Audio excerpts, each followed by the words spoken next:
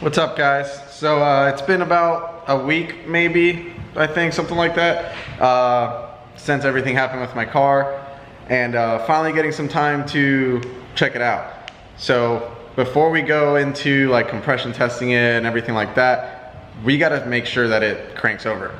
So what we're gonna do now is just real quick try to make sure that the engine still spins over. If it does, then we can compression test it, because it did make some weird noise when it shut off on me on the highway, like right before it shut off.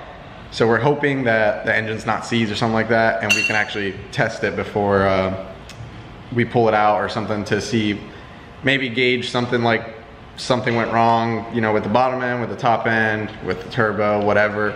And it all starts with a compression test.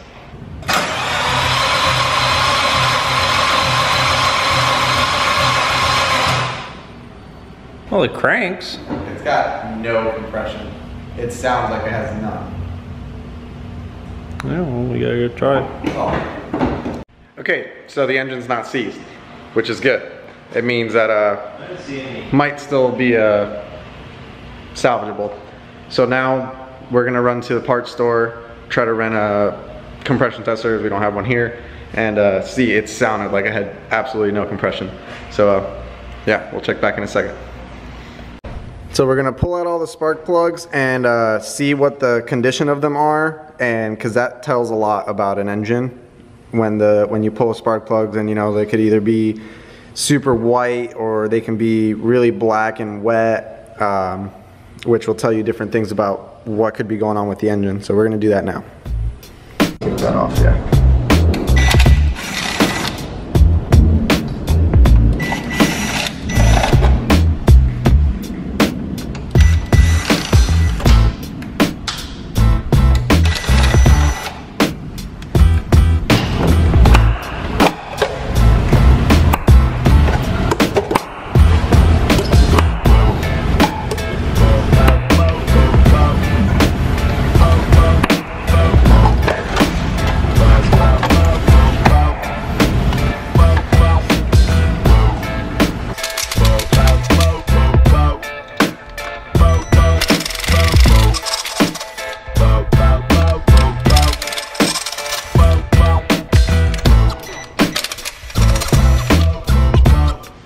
So this is what all the spark plugs look like, starting from 6 all the way to 1, with 1 being a little burnt at the tip right there compared to all the other ones that it look pretty good. Like that would be okay spark plugs for me, except for that last one. And as we can see in here, in between the engine, there's no obvious signs of any leaks or anything like that. Nothing's cracked, nothing's broken. So I have to move on to doing the compression test.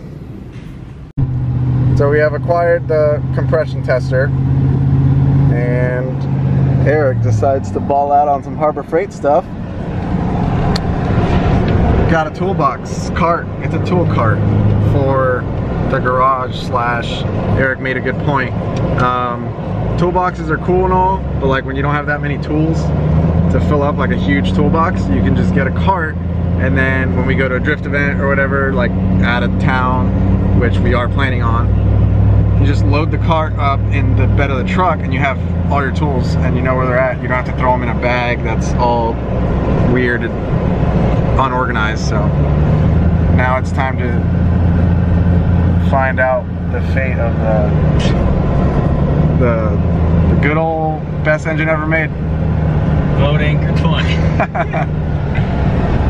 So we're gonna disconnect the fuel pump so there's no fuel going to the engine when we're cranking it over.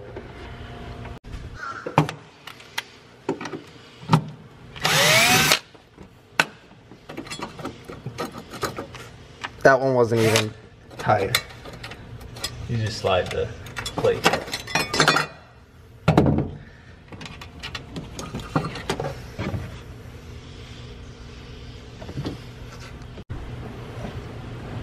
So this is cylinder number 1. He's gonna try to crank it over.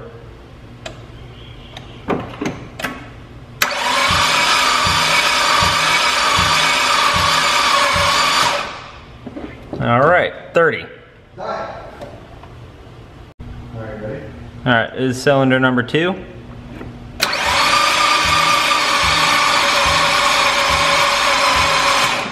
Nothing. All right, this is cylinder 3.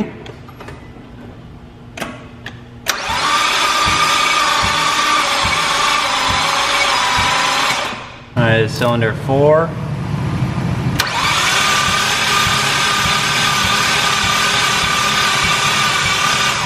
Nothing. All right, cylinder 5.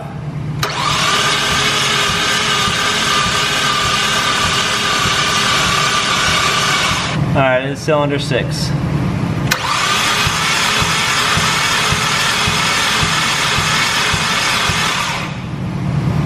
$60. So there it is. There's no compression left in this engine except for 30 in the front in the first cylinder and 60 in the last cylinder. So that pretty much means it's done. So I don't know what happened, honestly.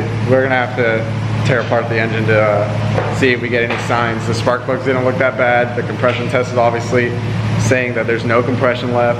So I don't know.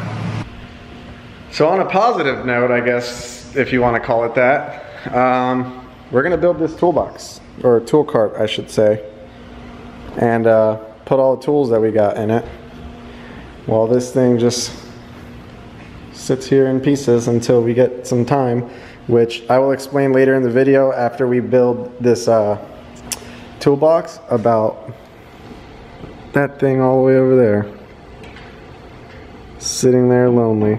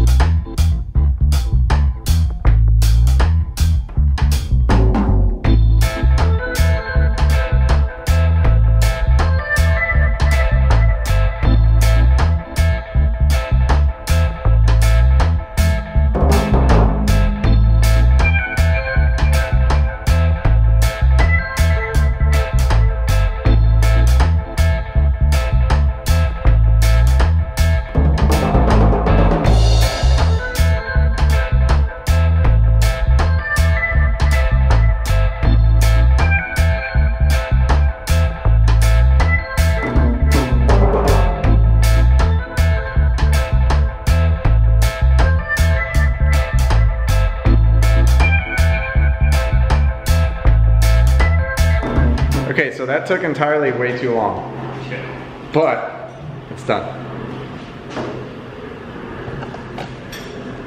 And now Eric gets to put all the tools in it because he's all happy with this new little tool cart. It's really nice for the price at Harbor Freight.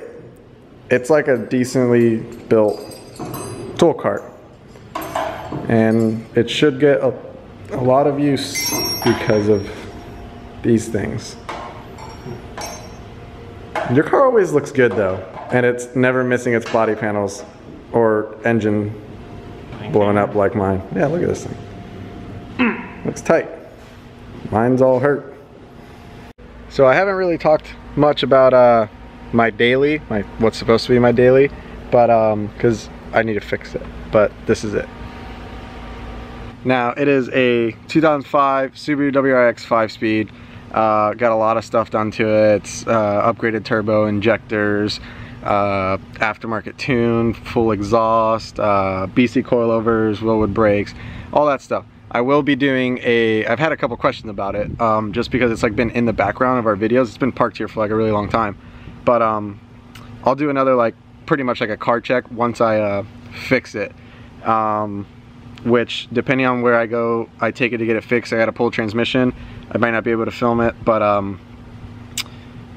definitely, obviously, you know, wait around for the car check video on that, and I'll be talking more about it.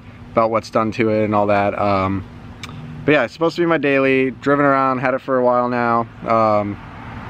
And something's up with some noise coming from the transmission. It still runs and drives and shifts and everything, but there's been a slight rattle from the bell housing now. And the instant that I heard it, I stopped driving it. That was a lot of months ago, so it's just been sitting. It's really dirty. It's kind of embarrassing because I clean cars. So yeah, once I get a chance to fix it and all that, because of the 240 being down now for a while, now that we know that the compression test read so horribly wrong, and yeah, I'll have to, this is going to be a way quicker fix, because I'm hoping, one of my buddies came over that's like a Subaru guy, and he said that it could just be like a clutch spring popped out of the disc and it's rattling around the bell housing, which is the cheapest, best option. Could be something with the transmission, but relatively it should be fast and cheap and easy to fix, just so I have another car to get around. Right now I've been dailying my Grom, which is not bad. I don't live too far from my job, but it's starting to get into the Florida's like rainy season, and means rain every day around the same time, usually around when I'm trying to come home from work. So, and it's just nice to have a daily with AC. This thing's got AC, nice radio, all that stuff. So yeah, I'll definitely be trying to get this going faster than the 240, I mean.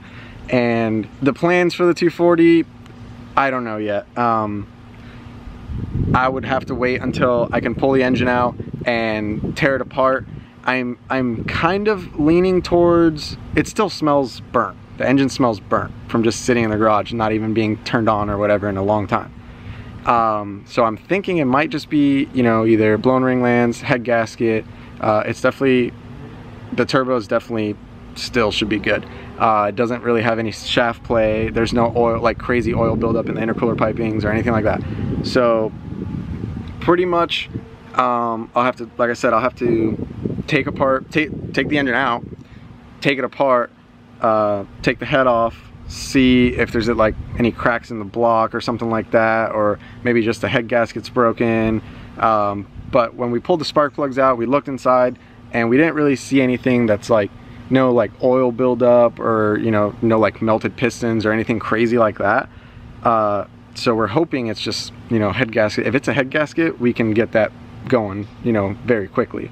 But yeah, definitely stay tuned for what we're gonna have going on with the 240, my daily driver Subaru. I'll do, like I said, I'll do another video on that. Yeah, definitely stay tuned for what we end up doing with the 240. I mean, obviously it's like drifting's my hobby. I don't really have that car as like my priority daily. It's not very practical. So yeah, gotta get the Subaru back, gotta get the 240 going so we can go drifting. But in the meantime, we're gonna keep doing stuff to the garage. Eric's gonna go drifting. So yeah, thanks for watching, thanks for subscribing, and shout out to all the new followers. I see you guys. So we'll catch you guys next time.